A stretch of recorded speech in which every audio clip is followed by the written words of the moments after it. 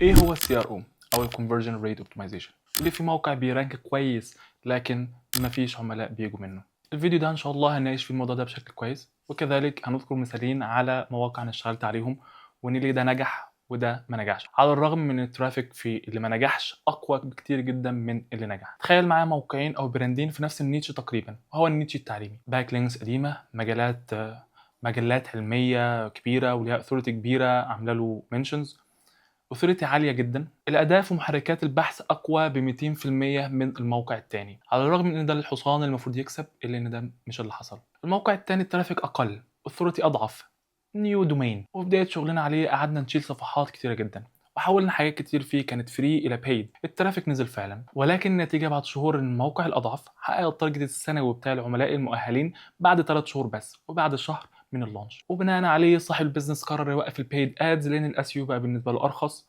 وجوده الليدز منه اعلى. الموقع الاقوى لسه الى الان بيجيب نون كواليفايد ليد ومفيش بيع حقيقي على الموقع. ليه؟ لان اغلب الناس ومعهم اصحاب البيزنس للاسف بيقيسوا الاس يو بمقياس واحد وهو الترافيك. بيسال السؤال الغلط: جبت لي كام فيزيتور الشهر ده؟ ويبص على جوجل سيرش كونسول وكانه نتيجه امتحان. الجراف طالع فوق يبقى انت تمام وشغلك تمام وزي الفل، ولو الجراف نازل يبقى في مشكله. بس خليني اقول لك حاجه ممكن ما تعجبش ناس كتير: الترافيك مش منتج، الترافيك ماده خام، والماده الخام لو محدش اشتغل عليها صح بتفضل مكومه في المخزن وخلاص ملهاش اي لازمه. الفكره هي ان الاس يو بيجيب الفرصه، السي ار او او الكونفرجن ريت اوبتمايزيشن، او ان انت ترسم كونفرجن باث، هو اللي بيحولها لايراد، بيحولها لفلوس في النهايه. دول مش مرحلتين منفصلتين، دول منظومه واحده، ولما بتفصل بينهم بتدفع انت الثمن ده. خليني احكي لك بالظبط عن المشروع الاول، وهو هنسميه بروجكت بي حفظا للبراند. لما ابتدينا الموقع كان فيه حوالي 250 صفحه، ترافيك شهري معقول، وصفر حرفيا من العملاء المؤهلين. المتركس على الورق مش وحشه، بس البيزنس امباكت زيرو. ايه اللي احنا عملناه؟ اول حاجه قعدنا تصميم الموقع كله من بدايه بجرأة شديده، يعني مش تويكس سطحيه ومش تحسينات على الموجود، وانما ريديزاين كامل. انفورميشن اركتكتشر جديده، بيج اناتومي مختلفه وجديده تماما، وبالتالي كونتنت جديد، كونفرجن باث مبنيه من الصفر، ومحتوى محذوف ومعاد صياغته، وصفحات كتيره جدا جدا اتمسحت. لم نترك حجرا على حجر تقريبا الا وسيبنا الكويس وحسنا اللي ممكن يتحسن، وتخلصنا بالطريقه الصحيحه من اللي ممكن يتخلص منه. وخلينا نوضح نقطه مهمه جدا: ان دي مش مخاطره او مجازفه، وانما كالكيليتد ريسك. الفرق بين الاتنين ضخم، وده في الغالب اللي الناس مش فاهماه. المخاطره انك بتهد موقع شغال وتشوف هيحصل ايه، وانما الكالكيوليتد ريسك انك تهد موقع شغال وانت عارف الديماند الحقيقي في السوق فين، بناء طبعا على توتال ادريسبل ماركت وكي وورد يونيفرس، ان العميل المؤهل سلوكه بيتعامل مع ايه بناء على تحليل الفانل الحالي، ان الصفحات اللي بتجيب ترافيك دلوقتي مش بتجيب ايرادات بناء على داتا فعليه. الترافيك هينزل لكن لكام شهر او حتى وينزل براحته، اهم حاجه عندنا الليدز. وكذلك عارفين ان الشكل الجديد هيخدم البيزنس اوبجكتيفز، مش المقصد اننا نحوله لقطع فنيه، وانما يخدم البيزنس اوبجكتيفز. لكن النتيجه هتبان على الكواليفايد ليدز. الاخر بيننا وبينك اليوزرز والليدز، ما لناش علاقه بجوجل سيرش كونسول جراف. الجرأه دي لازمه في اوقات معينه، لانك لو خايف تهد اللي مش بيشتغل اصلا هتفضل مربوط بيه للابد. واغلب المواقع اللي ادائها كويس بتعاني في نفس المشكله، مربوط بتاريخ قديم خايفين يمسوه. تاني حاجه عملناها، شلنا حاجات كتير جدا عن قصد. صفحات مش بتخدم البيزنس، صفحات بتجيب ترافيك وان كواليفايد ليد، والان كواليفايد ليد ده بيعمل هيدك للتيم في الفاضي. صفحات بتقول ان السيرفيس فري، فقلنا لصاحب الموقع لا، احنا هنخلينا كله بيد بشكل اساسي. ومفيش طبعا مشكله لو الترافيك نزل شويه، اهم حاجه عندنا الليد زي ما اتكلمنا. ثالث حاجه اشتغلنا عليها وهي السي ار او، وده بجديه شديده. بيج اناتومي واضح لكل نوع من الصفحات، فاليو بروبوزيشن واضح، سي تي ايز مبنيه على مكان العميل من الفانل، تراست سيجنالز في الاماكن الصح. طبعا عمل ليد كابتشرز بوينت متدرجه مش مره واحده، يعني مش فوس الزائر كده. رابع حاجة عملناها وهي إن إحنا عملنا ريفيو سيستم حقيقي، يعني مش هات لنا 10 ريفيوهات وخلاص، ولكن سيستم منظم بيجمع الريفيوز بناء على اليوزر جيرني بتاعتهم. يعني من ضمن اليوزر جيرني إنه بيطلب ريفيو من العملاء جربوا السيرفيس بالفعل، ومكتوب طبعا بلغتهم مش بلغة الماركتينج. النتيجة بعد الهرد اللي هردناه ده إن الترافيك نزل في الأول زي ما توقعنا بالظبط، بس في خلال شهر من اللونش للموقع الجديد الموقع حقق التارجت السنوي المطلوب مننا من العملاء طبعا المؤهلين الكواليفايد ليد. وصاحب البيزنس قرر يوقف البيد ادز بالكامل. ليه؟ لأن تكلفة الليدز في الاسيو بقت أقل بكتير وجودته أعلى بكتير. تعال بقى المشروع التاني، خلينا نسميه بروجكت كيو. ده كيس ستادي مختلفة عن اللي فاتت، نفس النيتش بالضبط وهي التعليم اونلاين. على الورق ده كان حلم اي SEO يشتغل عليه، لان على عكس بروجكت بي بدأنا هنا من الصفر، يعني موقع جديد مفيش هيستوري، مفيش حاجة محتاج تحافظ عليها، ورقة بيضاء اكتب اللي انت عاوزه. لدرجة ان احنا الدومين نفسه احنا اللي دورنا عليه وجبناه، جبنا طبعا ايجنت دومين ممتاز عليه باك لينكس قديمة من مجلات علمية، وفي نفس الوقت في النيتش بتاعنا وبسعر معقول، ومش سهل تلاقي ده صراحه. تاني حاجه رسمنا ويب سايت انفورميشن اركتكتشر ممتاز جدا، وتوبيكال هيراركي مدروسه، ويو ال ستراكشر نظيف، وبيج اناتومي ممتازه. بيج اناتومي طبعا لكل صفحه سواء كانت كورس كاتيجوري بلوج whatever، يعني كل حاجه مرسومه بشكل ممتاز جدا.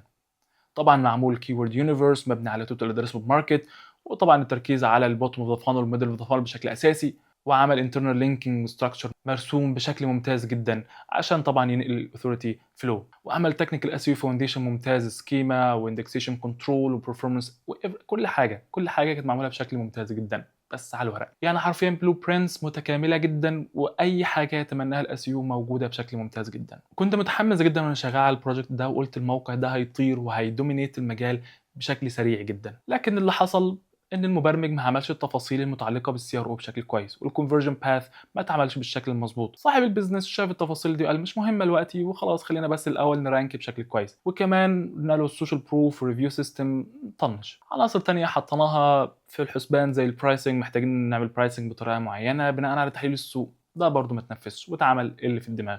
بيج اناتومي كنا عايزاها تترسم بالطريقه الفلانيه، المبرمج ما عجبوش ووافقوا كذلك عليه صاحب البيزنس. كونفرجن باث ما تظبطش بشكل كويس. النتيجه للاسف فروم من اس يو سايد الموقع اشتغل بشكل ممتاز جدا، وفوق بروجكت بي في اقل من 6 شهور باكتر من 200%. ممكن تشوف ده في التطور اللي بتاع السكرين شوت ده،